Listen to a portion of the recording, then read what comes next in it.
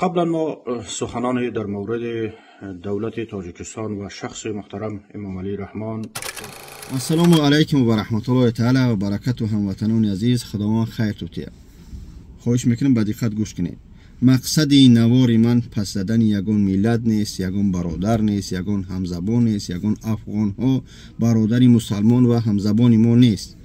همین نواری که من گذاشتم این مجبور بودم، برای طول 6-8 ماه من تحقیری بنام برادرای خدمت کردم از طرف خدمت، از طرف بچه های خدمت که من وقتی که عبدالحمید و خراسانی نسبت وطن ما، نسبت پریزیدنت ما گپی پست بلند گفت، در حالتی که معلوماتی پوره خوب نبود یا که ناتوغری داده بدنش، من ویدیو کردم، نوار کردم، همچون شهروند تاجیکستان، همچون یک مسلمان، همچون یک همزبانشون، همچون یک صاحب وطن. ای برادر، ای بچه، گپی پست بلند نسبت ما نزن، شما ملت ما را نمیدونی، وطن ما را نمیدونی.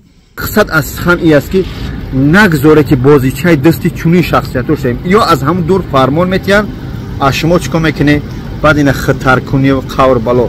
ببینه که در همین افغانستان چقدر عذاب است، چقدر ترکیش است. بچهای ما خیلی تحقیرم کردن. مقصد همین نواری حاضره همین است که اینا ببینه که همین چی میگن مردک روز ساعتش آمد که فهمید که نسبت همین وطن خدمو معلوماتی ناتوغری نادرست داده بدیانش. امروز خودش خیست عذرخواهی کرد. من در حالت عذرخواهی من پس زدن مردم ملت افغان که مردک نیست، من مردک نمیدونم، نمیشناسم. وقتی که گفت همچون یک شهروند تاجیکستان من خواستم اگر که میگن ذره ذره عاقبت دریا شود، اگر همین صدای من، آواز من اگر یک فایزم که تشکیل کرد، من خواستم دفاع کردم از وطن خودم، از پرزیدنت خودم. انا که شما ببینه که همچنین معلومات های نادرست نسبت وطن خودم، وطن چی میگن ملت خودم، نسبت پرزیدنت خودم با دیگر خائنان با دیگر جاها را میرسونه. با هم خود برادرها میلیون بار گفتم، 100 بارها گفتم، ان شاء الله روز میشود که به قدر این سخنان من یا که سخنان دیگر بزرگوارایی که نسبت محافظت از وطن خود میکنن میرسه که شگرانه آبادی کنه به خدا. باز من تکرار میکنم که در دولت است که الحمدلله تنج آرام است، ساخت سلامت میریم، نو وابسته از اینکه بعضی مشکلات مهاجرتی داریم. خدا همه مشکلات ما رو برآورده کنه و اکنون نوار این بچه گوش کنه تا آخره چی میگن نسبت وطن خودمون، پشیمانی از سخناش.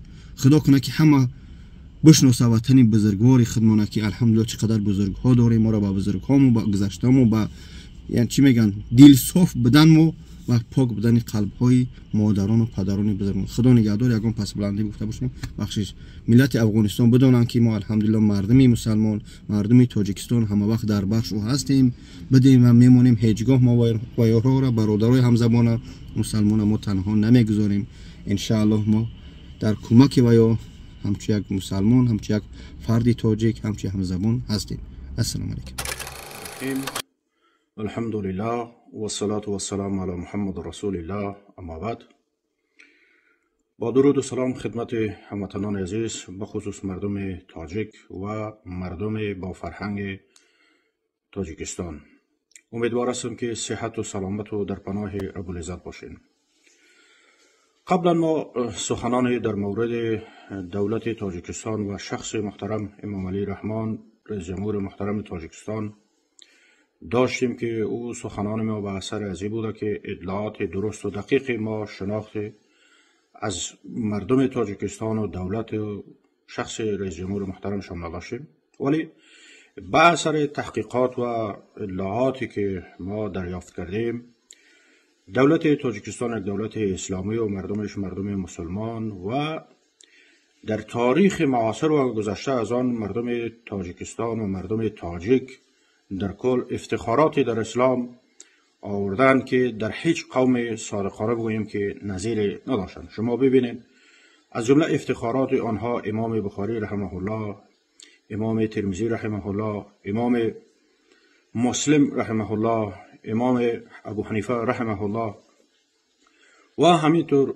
از تاریخ مبارزات و آزادیخواهی ها و فرهنگ و تمدنشان که از شخصیت جناب رودکی و مولانا و از اسماعیل سامانی رحمه الله و همینطور افتخارات دیگری مردم تاجیک زمین داشتند که تا به این دم باعث افتخار بشریت بودند در بین سرزمین های آسیایی. یک تاریخ بی‌نظیر و تاریخ زرینی داشتند. بنان ما از آنچه که اظهاراتی که قبلا در مورد دولت تاجیکستان و شخص رئیس جمهور محترم تاجیکستان داشتیم، قلبا از مردم تاجیکستان و دولت محترمشان پوزش می‌خواهیم. مردم ما یکی هستیم و یک ملت هستیم و ما باید صاحب تمدن بسیار عالی هستند.